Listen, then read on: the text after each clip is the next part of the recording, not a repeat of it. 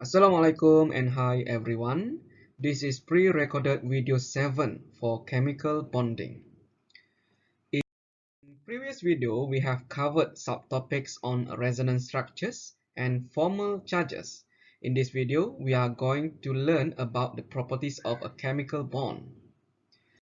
Here are some parameters related to chemical bonding. However, we are only going to discuss the above two, which are bond energy and bond length. Bond energy, by definition, is the amount of energy needed to break 1 mole of gaseous molecules into their gaseous atoms.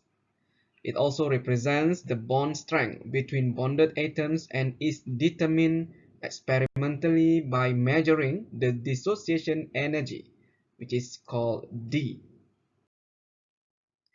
Let's have a look at some examples of bond energy here. You can see that hydrogen gas needed 432 kilojoule to break into two hydrogen atoms, while nitrogen gas needed more than double the energy for hydrogen. Please remember here, nitrogen has triple bond, while hydrogen has a single bond. So it takes a lot more energies to break a triple bond. We are done with bond energy for diatomic molecules. These are the bond energy for polyatomic molecules. Let's take methane as an example. Methane in gas is broken into C, carbon, and 4 hydrogens, which needed 1644 kilojoule of energy. So bond energy for a mole of C H bond is 411 kilojoule. We can see here the bond energy for CH, NH, OH, and HCl are almost similar. The next property is the bond length, which is the distance between two nuclei of the bonded atoms in a molecule. The shortest bond has the higher bond energy, so it is opposite to what we know about bond strength. The bond length can be determined by adding the radius between two nuclei. Please remember that the determination of bond length is different in metallic, ionic, and covalent compounds since the size of atoms in different atoms are not the same. However, we still have to measure the distance between two nuclei in the neighboring atoms. Please take note that there are several factors in determining bond energy and bond length. For covalent compound, number of sharing electrons is important. Double bond is stronger because of number of sharing electrons in double bond is higher than that of single bond. This is similar to the size of bonded atoms.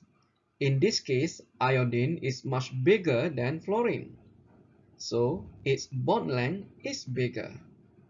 The same thing goes to other factors like electronegativity, number of atoms, and non-bonding electron at the central atom.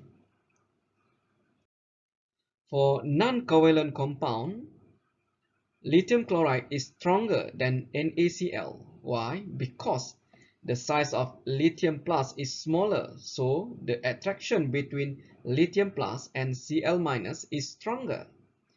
As for CaF2 and NaCl, CaF2 has two electronegative atoms, so the bond is stronger compared to NaCl. Let's see the trends in bond length and bond energy.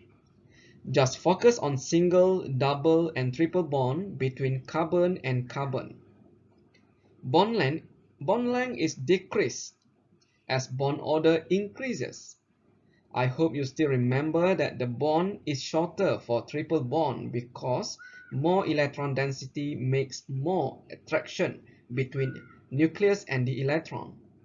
As for bond energy, the energy needed is higher to break down the triple bond because the stronger attraction. The same trend applies for bond between carbon nitrogen, and carbon oxygen.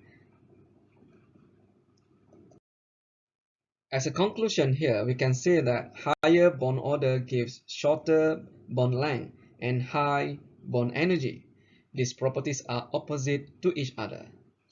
Thank you and see you in the next video.